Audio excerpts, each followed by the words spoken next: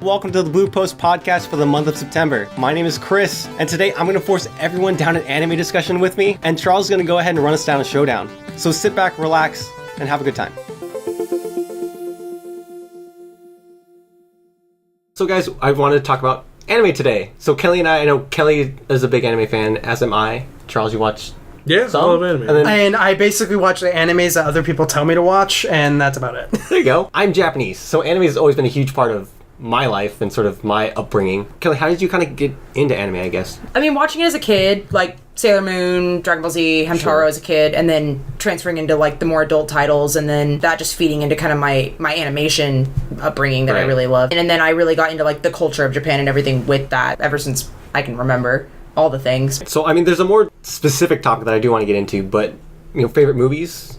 Anyone have any kind of favorite kind of movie? Just straight off the top of my head, I don't even know if I mean, it is an anime, but like Princess Mononoke. Yeah. Oh, that's an like, anime, yeah. Like, it's an anime, but like, when you think of an anime, you think of something that is like your first thought is something that's not as deep as Princess Mononoke or like Akira. Like those are like they are anime, but I think of my first thought is like crazy Inuyasha, Full Metal Alchemist. Like those are animes in my. But technically, first any sense. Japanese-made animation film is anime because anime is just the Japanese word for animation. Yeah, so. it's like a Japanese cartoon. Yeah, exactly. Yeah. Right. But Yes, yeah, that's my favorite too. It's so Really? good. Yeah, See- I introduced him to it because it's my favorite. Like, my favorite film is Castle in the Sky. Like, I love Castle in the That's Sky. a really good one too.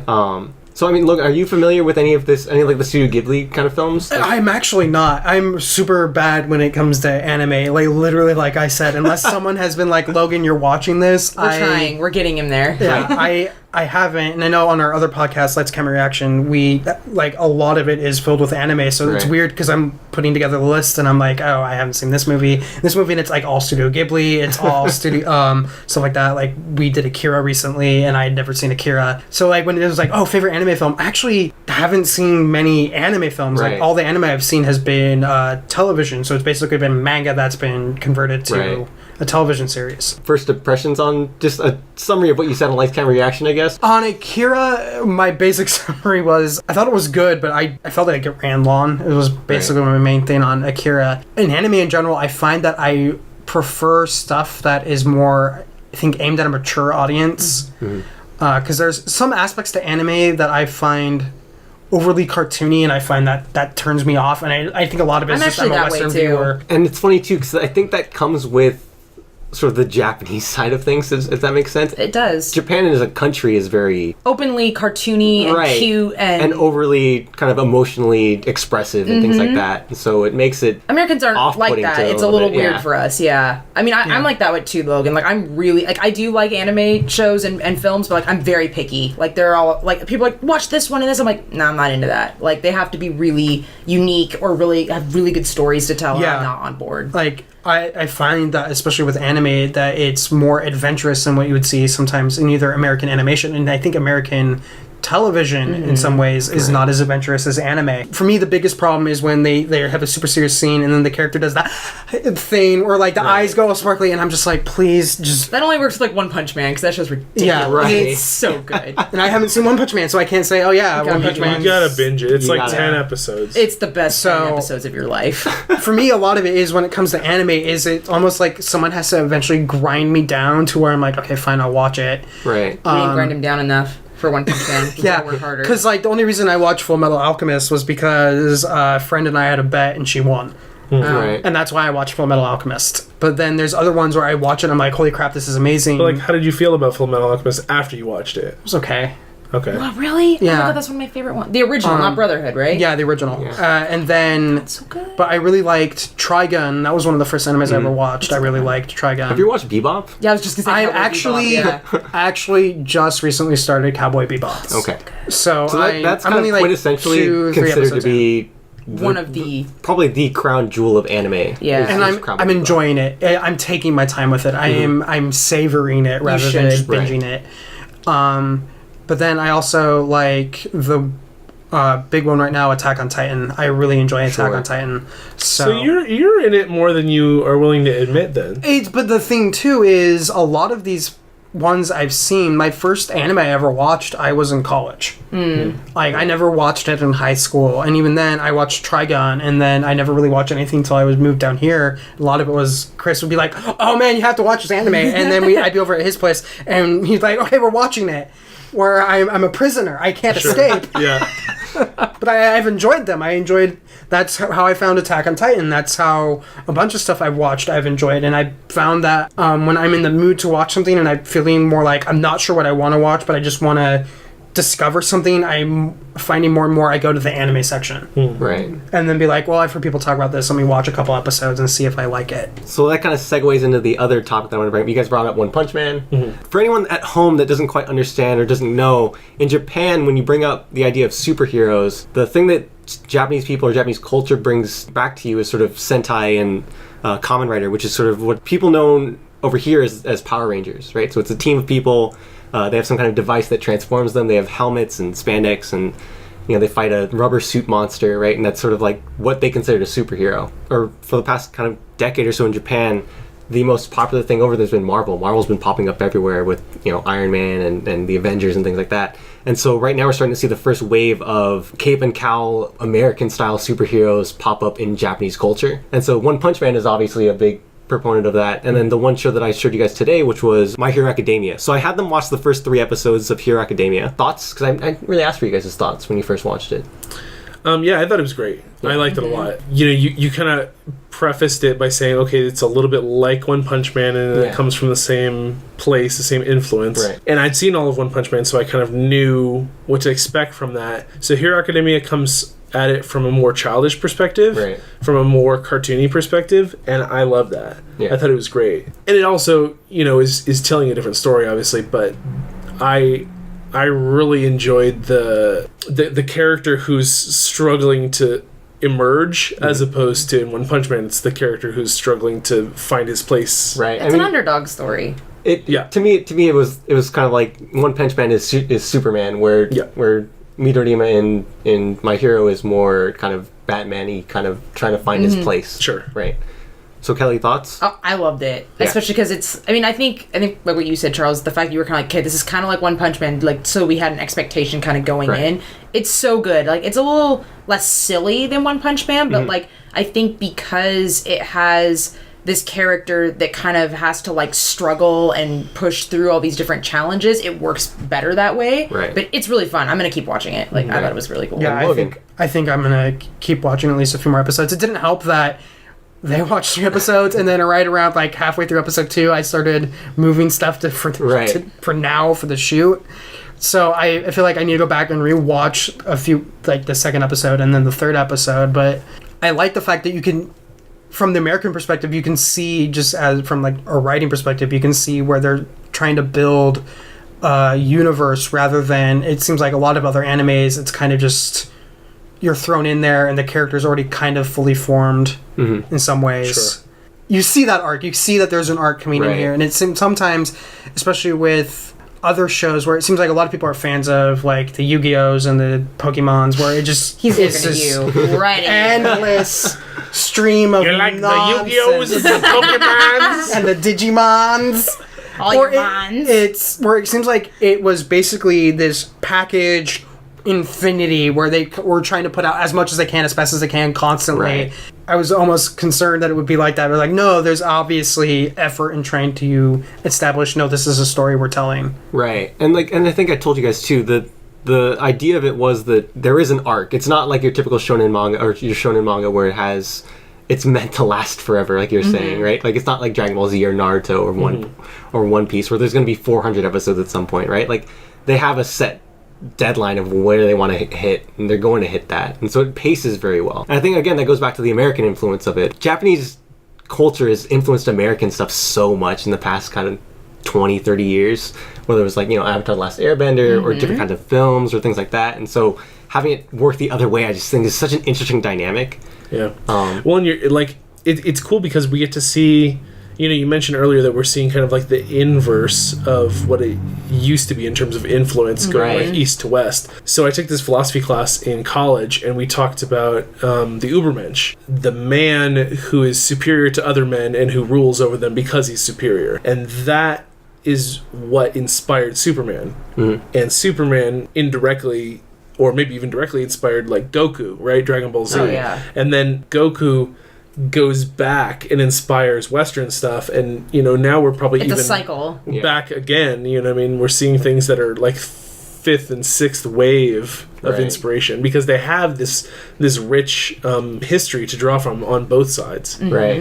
And again, the thing that I love about One Punch Man and the thing that I love about Boku no Hero is that they meld American society or American kind of traits into Japanese culture in the show so well. Oh my god, so good. That you don't notice it, and it takes you a minute to know. It doesn't stick out like a sore thumb where you're like, that's an American thing. Yeah. Right? Like, it just kind of... So I didn't notice any of that. What are you talking about? All Might is a character, right? All Might is a character is... okay, spoilers for anyone that's watching the show. Just watch the first 3 episodes, you'll catch up.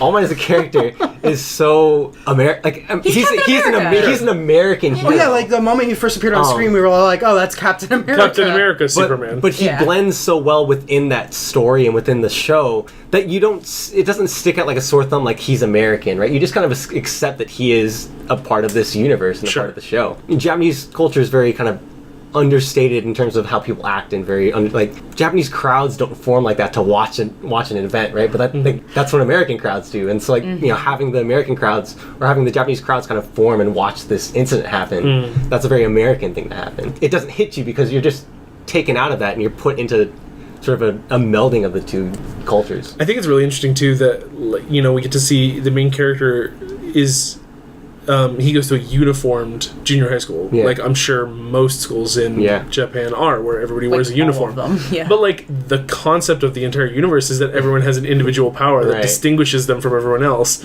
So, like, the kid that sits in front of him has, like, rock hair. And, like, the guy that sits behind him has fire hands. So, like, everyone is individually different, but they're all forced to conform, to be the same. Would you say that that's kind of a weird melding of the American ideal of individuality with the Japanese ideals of conformity? It is, and I don't think it's not really so much.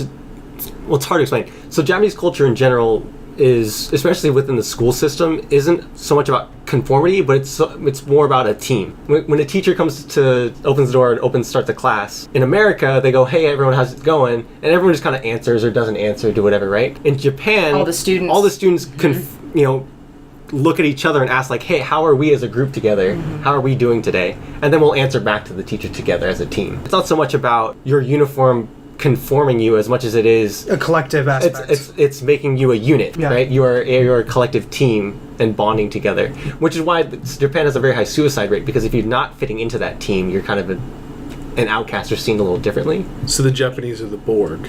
Yes. That's what you're talking about. Yes. You have to accept and breathe in. But no, I mean, like, it is sort of a weird mixing. And you guys didn't get too far in. I think the next episode is where they get into, like, the high school stuff, and that's a little bit different because it is a superhero high school. Sure.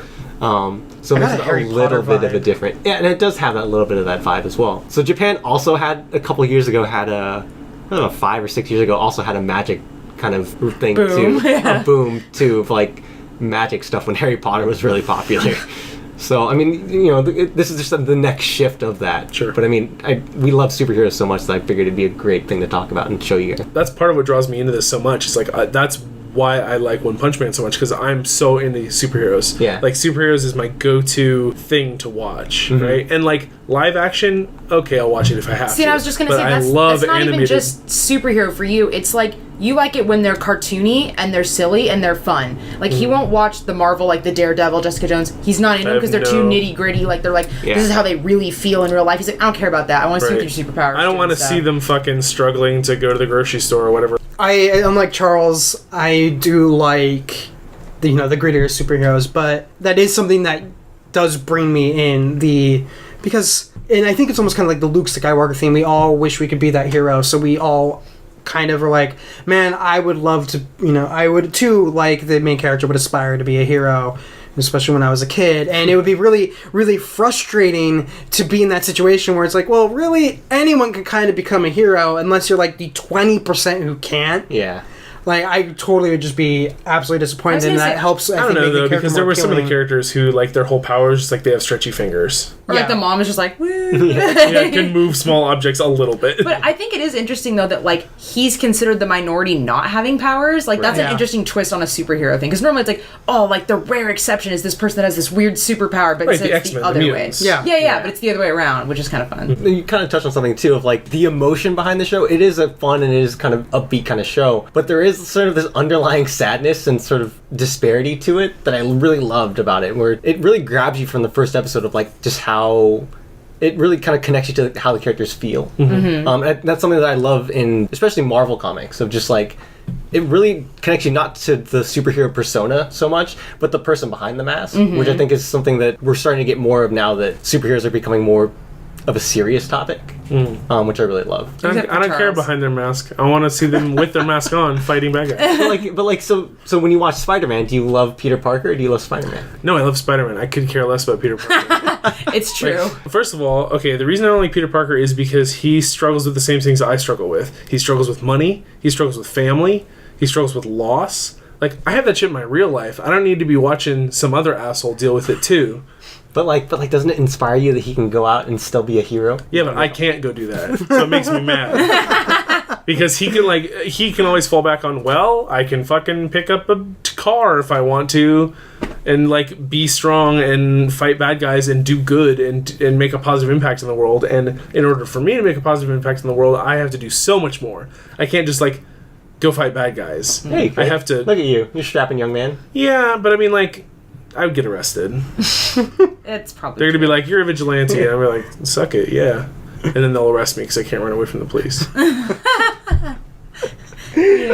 So, getting away from the superhero topic and sort of the show, is there any kind of show that you've watched and haven't really gotten into, Kelly, or anything that you've like kind of for an anime? Yeah, that you've kind of watched or looked into, or Charles, anything that you've kind of One looked Piece. at? I couldn't get into that. Bleach. Any of those ones that goes on for like 700 episodes and everybody's like, watch it. You got to stick with it. You got to get in like 3 seasons. I was like, no. Really? So like, you watched Dragon Ball as a kid though, right? As a kid, and then when I watched it older, I was like, there's so much filler. I watched DBZ Abridged instead now. Like DBZ Abridged is really good. But yeah, any of those long ones, I have a really hard time. When I was younger, I tried to do Naruto because it was the in thing, and I was like, I'm gonna watch this show. I couldn't relate, and you know, we had all those weird kids in school that would Naruto run down the halls and stuff. Everybody had one of those. It was just, I couldn't get into it. And like, but aside from that, like the quality of the show, like something with the story, I didn't connect with it. So I don't know. I guess I'm picky. So, you know, like the ones I like, I loved Inuyasha as a kid. I love Fullmetal Alchemist. That's like one of my favorites. Death Note is like one of my all-time favorites. I rewatch that like every couple years. I'm trying to get him into it. Like that's the stuff I like. You can't get into Death Note? No, I just never have. I'm just trying to make him do it. It's hard to make him sit down and watch things. So Death Note hooks you like around the fourth. Oh, I feel like first I was just like, oh my god, this is so good. This is great. I haven't sat down to watch the first episode or anything yet, so it's not that I haven't chosen to do it. We haven't had the time. Yeah. Actually, I've been getting him through Inuyasha as well. Yeah, so like, and that's a long show. I mean, short by today's comparisons, but at the time it was a really long show. I mean, the thing that I would recommend to you is because I love Bleach and I love Naruto and I love Dragon Ball, so like go online. There's like lists of no filler, so like it tells you exactly which episodes to skip. That feels to, like, weird not lose to anything. like skip episodes though. I don't know. You see that in a lot of. I feel like a lot of series, if they run long, it's not just anime. Right. But I feel like if it's a good quality show, Inuyasha's a great example. That show is like 80% filler. Right. And the filler's so good. It's so much like character detail and like bonding between the party and like why don't they do that? I think the problem was, especially at the time, especially with those shows, is they were so popular that they had to continue running them week to week. Yeah, exactly. And so it ran past the manga, so they had to catch up. And you make a good point though, right? Is that if you start your story and you kind of know where it ends and you know all the points you want to hit along the way, your story flows. You don't have to do that. And like I think I like those better. Right. So which is again why Boku no Hero is so good, is because it paces. You can tell right away too. It paces the pacing's very well. great. This is an interesting one. Any suggestions for stuff for Logan to watch? See if he likes for people who are also like me, that don't watch. So I mean, we already mentioned it, but knock out One Punch Man. It's 10 episodes. It's less episodes than Firefly. Yeah. Knock it out in an afternoon. We watched like half of it with Jeff in one night. Like and Jeff loved it. Death Note's a great one. He would probably like Death Note. Code Geass is another great one. Like anything that's really psychological, I think you'd love. Do you like the mech stuff though? Not really. Okay, so maybe not that one. Have you seen Code Geass, though? I tried. Code Geass is really good. I tried a lot. Evangelion's a good one, though. Evangelion's really good, even if you too. don't like mech stuff, which I don't like the mech stuff, that's a really good one. Tried getting you to watch Agame Got Killed, which you kind of liked. Still need to watch it. You basically loaned it to me, and I still have it. Well, Cowboy Bebop. Have you seen Yeah, I Hellsing? started Cowboy Bebop. Hellsing's really good, Hellsing's too. really good. Especially, it's in a similar feel, I feel like Trigun. Like, the style and stuff is a lot like that. So in a similar tone to Soul Eater, like stories, or to Boku no Hero, Soul Eater is kind of the similar tone to that. It's completely different stories, but the tone is similar. It's basically what it is. It's the Grim Reaper needs help collecting like souls that escaped hell, and so he has a. Oh, I remember that one. He has a school that teaches sort of meisters that hold weapons, and the weapons they're people that turn into weapons. And so the weapons and the meisters have to form pairs to sort of like teamwork, and they get sent on missions and things like that. Logan probably like Ghost in the Shell. Yeah, I want to watch Ghost in the Shell. All the sci-fi stuff. Don't see the movie.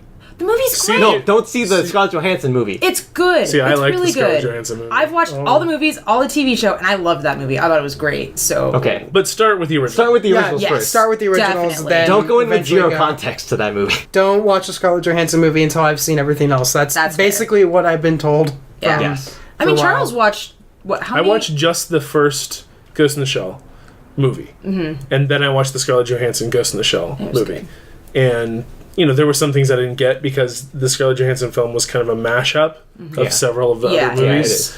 So there were some things that I didn't recognize. It wasn't like a shot-for-shot remake or anything, but there was a lot of stuff that I really enjoyed. Yeah. I mean, the Spider Tank was great. For clarification, not that I dislike that movie. It shouldn't be your first introduction to Ghost in the Shell. I would agree with that. Yeah. It should not.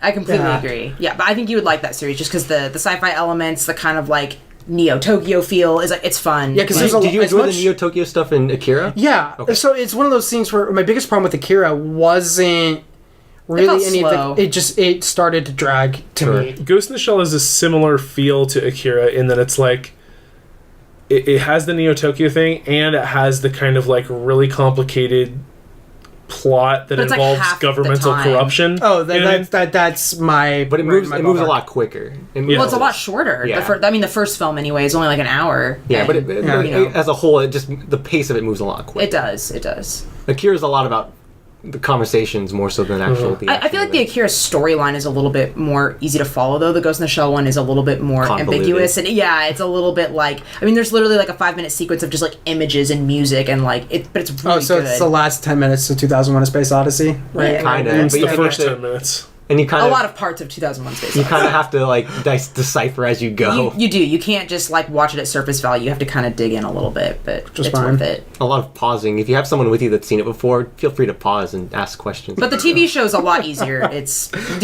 you watch the show? I did. Yeah, Yeah, the I show's a enjoyed lot the show. easier. So I think it's really interesting. It's kind of become circuitous because, like, as I understand it, or at least for Ghost in the Shell, we were talking about earlier, a lot of the, like, anime characters are designed with, especially in this Neo Tokyo setting, are designed with Americans in mind. Mm-hmm. Right. Almost designed like, especially Major, because Major is this cyborg who is kind of designed to look That's where the big like eyes an American. and big eyes and colored hair came from. That. So, like, anime that's inspired by Western culture, that's being turned into Eastern culture, and then the Western culture is like, we want that back. This is something and, like, that's happened for a while. I mean, if you really want to go like even deeper, look at Seven Samurai. Seven Samurai, Yeah. which is a Japanese film inspired by American westerns that later gets converted into American films like The Magnificent Seven, and then it just basically there's this weird revolving remakes upon remakes of both. Hollywood is steal from each other. Yeah, Hollywood has always looked outside of itself for inspiration. The thing I thought was interesting with the Ghost in the Shell argument, though, was that Charles and I watched this video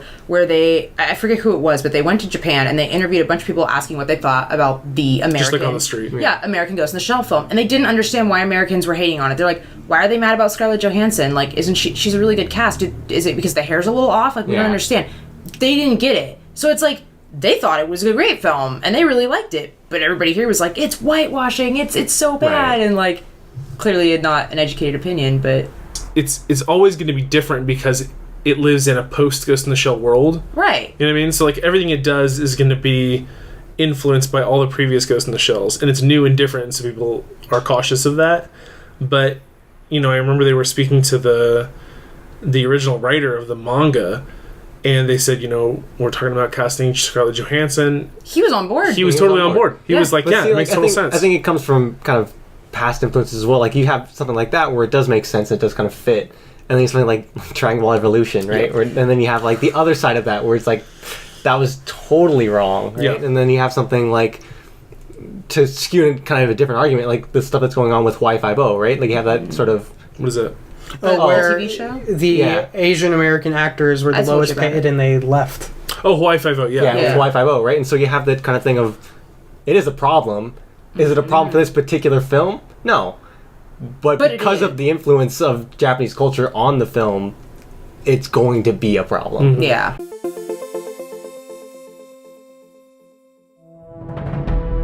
You've been lost on the edge of the galaxy for 10 years, Captain Astro.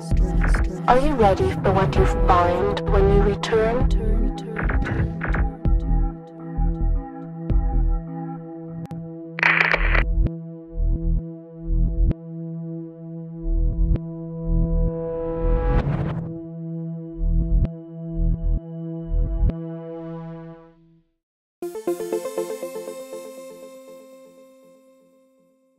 This thing versus that thing, who would win in a fight? Yeah. But we're going to take a slight tweak on it today, and we're going to say, which would you rather fight? Okay? So this is, which of these two options would you feel like you would have a better chance of beating in a fight? And now this is a little bit internet famous, so you guys probably already know about this. Is it kids? Would you rather fight one horse-sized duck or 100 duck-sized horses? The one. I agree. One horse-sized duck.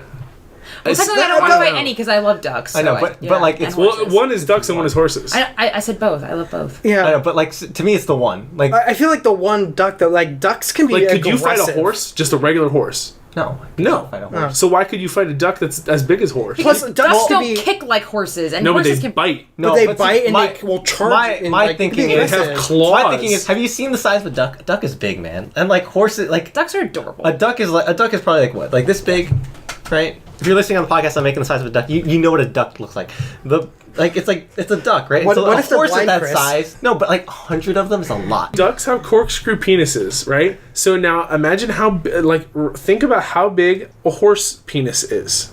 Okay. As long as your arm. Is the duck and now it's gonna rape corkscrew, and you might get raped by a duck. That's bigger than you. Ducks also made for life, so if they rape you, you're in it for the long haul. You're in it for the long haul, yeah. So you better not get raped by that person. Bring a shield and run. And I think Kelly is with me on this. It's easier to keep my eyes focused and fixated on one thing than the 100 of horses coming. And if I think about, if you separate the issue between size, if it's just a horse or a duck, what am I more afraid of actually having to fight? Horse. A horse. Hands down. Like, ducks are not that bad. Like, but only because of their size. No. If horses were that small, we would eat them. Horses are far smarter than ducks. And stronger. Yeah. They're so smart. Have you seen a horse's, leg muscles? Those things could kill you. And you see how much weight they can carry? They are killed. Yeah. Right, but, we're scaling them down. They're only this big. It's like what are they going to do? It's still, like a relative to their size, right. They have so much strength. Exactly. And there's hundreds of them. Yeah. Or 100. 100. What's your plan to fight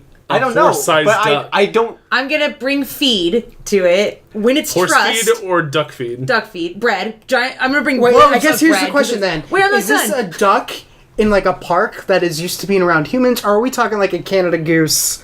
Well, nothing like this. Geese are mean. Ducks are nice. Like a duck that isn't used to humans, so it's not necessarily going to be happy that you are going to feed it. Wild duck, I'm going to bring it. Wild horses. I'm bringing it loaves of bread and rope, and I'm going to ride this thing into the sunset. Right. Like, it's going to be good. And if anything, I'm just going to get on its back. It can't get me off. It could fly and then flip upside down. I know, but then I'm just going to hold on and choke it out. Has anyone ever seen a duck fly upside down? Now I'm actually interested. I don't think it can fly upside down. I'm sure they could do a barrel roll. But in water, they eat upside down and their feet are in the air. Imagine the duck doing that to you when you're on its back trying to choke it out. But it's so big, you can't choke it out. It's like choking out a horse. You just be there all day. Choke out a horse? No, you couldn't. A horse's neck is way too thick and strong. Thick. I don't know if you could do that. It's like choking out a tree trunk. So you guys are both on the team of I'm on team fighting the one large duck. I just... What about you, Logan? Even if it was 100 ducks and the number... The number freaks me out. 100's a lot. I don't think you realize... They would overpower you. They'd just be all on your back and you'd be hitting them and they're still coming on. How are they going to get on your back? Okay. They have hooves. They fly. Why? So wait. No, they're horses. No, I said even if they were ducks, it wouldn't matter. I had Logan watch this, but like on the Game of Greggy show, they talked about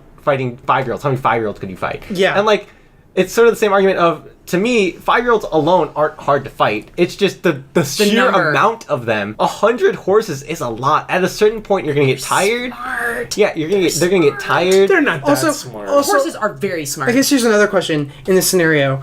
Are we thrown in this room with like aggressive ducks and aggressive horses who are going to attack us, or are we the attacking aggressors? them? Are we the aggressors? They're Do they know that one of us needs to come out alive here? Yes. Okay. So you fight or start flight. at two ends of a football field, and you are and then it goes go, and you're both trying to kill each other. Giant duck. Yeah, I think I'd Giant go duck. with the duck. Yeah, I mean, I think Giant I'll duck. You guys are all gonna get killed by a duck. No way. No way, I'm on dude. team horses Why? Why? because they're fucking this big. I'll kick them.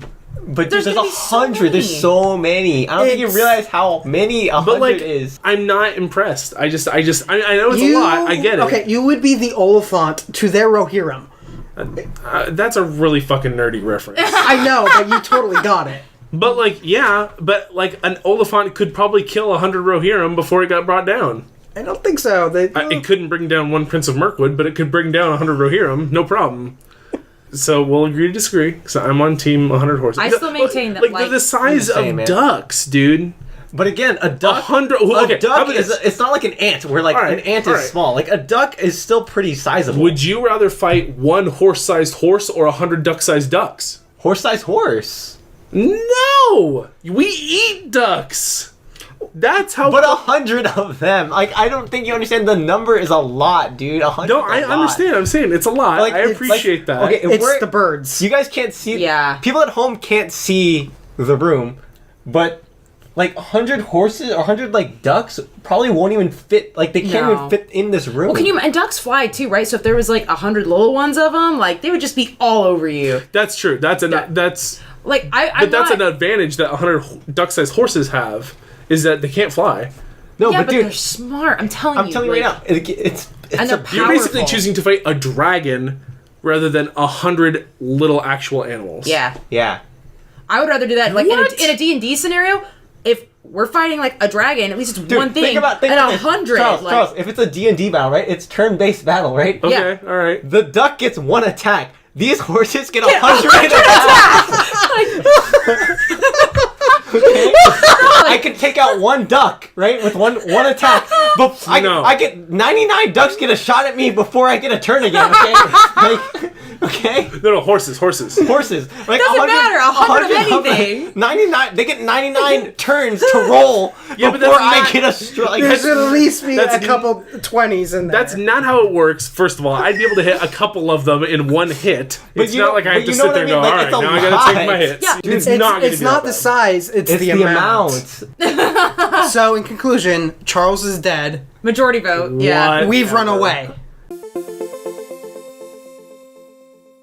Thank you for watching. Please comment, like, and subscribe. Let us know what you like, what you don't like, what you want to see more of, what you want to see less of. Please don't let it be me. That end part was awkward. Whatever. Yeah.